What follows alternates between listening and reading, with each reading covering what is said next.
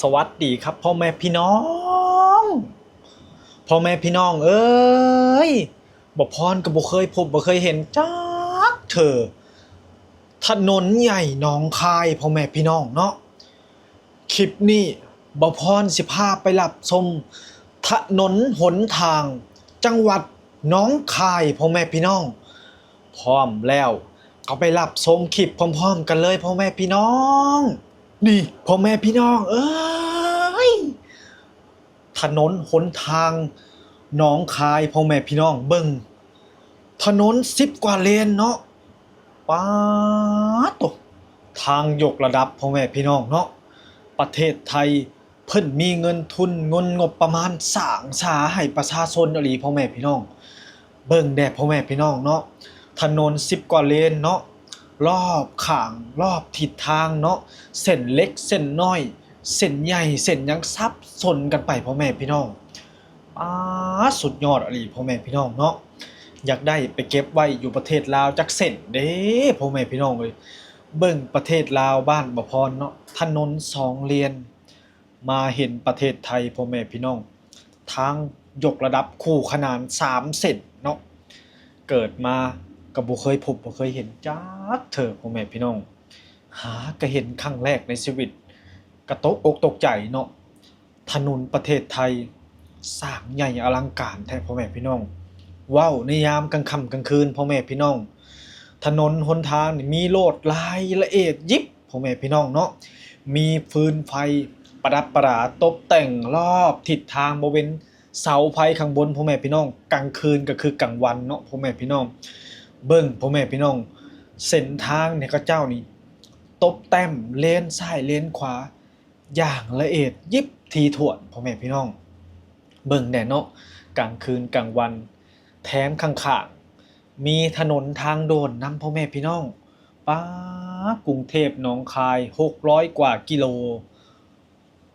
แบบนี้สิ1,000 กิโลมันก็แล่นแป๊บเดียวพ่อแม่พี่น้องเนาะคันเฮ็ดถนนงอกถนนงามแบบซี้เนาะถนน3-4 เลนแล่นออกไปรถบ่ได้ติดพ่อแม่พี่น้องเนาะแซงกันแบบสะดวกสบายนี่แหละแนวคิดการสร้างสาประเทศแบบไทยๆพ่อแม่พี่น้องโหคิดไทยโหคิดการค้าการขายเพิ่นดีขนาดพ่อแม่พี่น้องข้างล่างรถแล่นยังบ่เต็มข้างบนสร้างเพิ่มอีกแหละพ่อแม่พี่น้องเจ้าเคยเห็นประเทศใดเฮ็ดคือไทยอะบ่พรถามแด้เนาะพม่ามีแบบไทยบ่อากัมพูชามีแบบไทยบ่อาเวียดนามนี่เจริญไหล่หลังปึ๊บๆก็ยังบ่ได้มีเท่าไทยเด้อถนนหนทางนี่มาหลอกมาเลก็ยังสู้ไทยบ่ได้ได้อาลาวก็ยังบ่มีเนาะอาลาวนี่ยังบ่ทันได้มีเลยแม้แต่4เส้นก็ยังบ่ทันได้มีเนาะมีเฉพาะในตัวเมืองเวียงจันทน์นิดหน่อยพ่อแม่พี่น้องอาถ้าเป็นทางยกระดับทางโดนทางก่อเสาขึ้นเสาละเป็นแสนๆบาทแบบนี้น่ะอยู่ประเทศบ้านบ่พรยังบ่มีพ่อแม่พี่น้องเอ้ยนี่ มาเบิ่งเนาะถนน8 เลนพ่อแม่พี่น้องวิ่งกลับ4วิ่งเข้า4แถมยังระยะห่างกันน่ะสร้างถนนอีก2 เส้นยังได้เนาะข้างๆข้างหลังนี่ตกแต่งไปด้วยต้นหมอกต้นไม้อะนี่คือความสวยงามถนนประเทศไทยพ่อแม่พี่น้องซึ่งประเทศไทยเราก็ยอมรับอยู่แล้วการทำถนนเนี่ยค่อนข้างสวยเป็นเอกลักษณ์ฟุตบาทต้องมีลวดลายเนาะข้างถนนหนทางต้องมีเสาฟืนเสาไฟตลอดแนวทางพ่อแม่พี่น้องลวดลายแต้มสีสันเพราะว่าให้รถนี่แล่นเลนไผเลนมันเห็นบ่พ่อแม่พี่น้องตรงกลางสิมีลายเหลืองๆเว้นระยะห่างระหว่างเลนตรงกันข้ามเนาะนี่คือเพิ่นเฮ็ดแบบละเอียดเนาะกันรถเบียดเลียนกันพ่อแม่พี่น้องแถมข้างถอกข้างทางนี่ค่อนข้างทำรายละเอียดคักแน่พ่อแม่พี่น้องเนาะว้าวเรื่องขอบทางเนาะเพิ่นก็เว้นระยะให้รถจักรแล่นได้พ่อแม่พี่น้องเนาะโอ้นี่พ่อแม่พี่น้องนี่ถนนไปให้ไปนาเนาะ2 เลนพ่อแม่พี่น้องเนาะ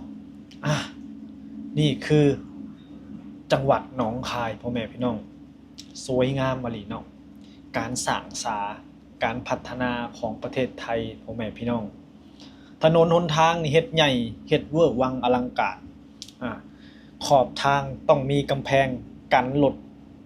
เลยขอบทางถ้ากรณีหม่องใดมีทางโค้งเขาเรียกว่าทางโค้งทางคู่ขนานเนาะมีอุโมงค์นำพ่อแม่พี่น้องอุโมงค์นี่ติดพื้นติดไฟเนาะเพ้อๆนี่ใหญ่กว่าเฮาในกรุงเทพยอมรับอีหลีประเทศไทยเพิ่นสร้างกลางคืนนี่สิมีไผบอกเลียนซ้ายเลียนขวานี่เห็นบ่พ่อแม่พี่น้องความสวยงามเบิ่งตีนถนนทางยางนี่ดำมิดมีขอบสีละเอียดป้ายสีเหลืองๆเพิ่นตกแต่งเก็บละเอียด 100% เลยนี่คือถนนประเทศไทยพ่อแม่พี่น้องเนาะยอมรับนี่ยอมรับแพงอีหลีพ่อแม่พี่น้องเว้าเรื่องแบบว่าความละเอียดนะถนนไทยนี่ติดท็อปของโลกไปเลยเท่าที่บ่พรเบิ่งแม้กระทั่งฝั่งยุโรปบางประเทศยังสู่ถนนประเทศไทยบ่ได้ว้าวอีหลีได้พ่อแม่พี่น้องเอ้ยออกไปนอกจังหวัดบางหม่องซ้ำสนามบินเนาะเท่าที่บ่พรเคยเห็นมาหรือก็นำมารีวิวนะพ่อแม่พี่น้องถนนริมโขงบึงกาฬจังหวัดหนองคายพ่อแม่พี่น้องโอ้วิวสวยงามขนาดเห็นบ่พ่อแม่พี่น้องเสาฟืนเสาไฟน่ะเพิ่นสิตบแต่งเนาะตบแต่งงามอีหลีถนนประเทศไทยเนาะพ่อแม่พี่น้องมีขอบทางอีกนำเนาะโอ้สามารถมองไปฝั่งลาวเห็นได้เลยเนาะพ่อแม่พี่น้องสวยงามอีหลีจังหวัดหนองคายค่อนข้างสวยงามเนาะพ่อแม่พี่น้องอยากไปเล่นไปเบิ่งเด้พ่อแม่พี่น้องอยากไปเห็นจังหวัดหนองคายเนาะถ้าชาวจังหวัดหนองคายเขามาเห็นกับฝากทักทายบ่พรเด้อครับเนาะบ่พรอยากไปเล่นไปเบิ่งจังหวัดหนองคายเนาะจังหวัดหนองคายนี่ตรงข้ามกับนครหลวงเวียงจันทน์เนาะพ่อแม่พี่น้องซึ่งขวามไปก็เป็นนครหลวงเวียงจันทน์เป็นเมืองหลวงประเทศลาวพ่อแม่พี่น้องเนาะเมืองหลวงประเทศลาวบ่พรก็ยังบ่เคยเห็นพ่อแม่พี่น้องภาษาอย่างประเทศไทยเนาะบ่พรมานี่ก็บ่พรก็มาทำการทำงานเนาะประเทศไทยยังหลายอันหลายอย่างให้บ่พรเรียนรู้ให้บ่พรได้รู้ได้เห็นแต่บ่พรก็หวังลึกๆว่าสิได้ไปเห็นไปเบิ่งความสวยงามของประเทศไทยบ่ว่าสิเป็นถนนหนทางตึกวาอารามวัดวาอารามที่สวยสดงดงามเนาะพ่อแม่พี่น้องบ่พรก็ขอเวลาเนาะเก็บเงินเก็บทองก่อนช่วงนี้บ่พรก็เพิ่งจะตั้งเนื้อตั้งตัวได้นิดหน่อยพ่อแม่พี่น้องไว้บ่พรตั้งเนื้อตั้งตัวได้บ่พรสิพาไปเที่ยวชมบ่พรอยากเห็นทะเลประเทศไทยบ่พรอยากเห็น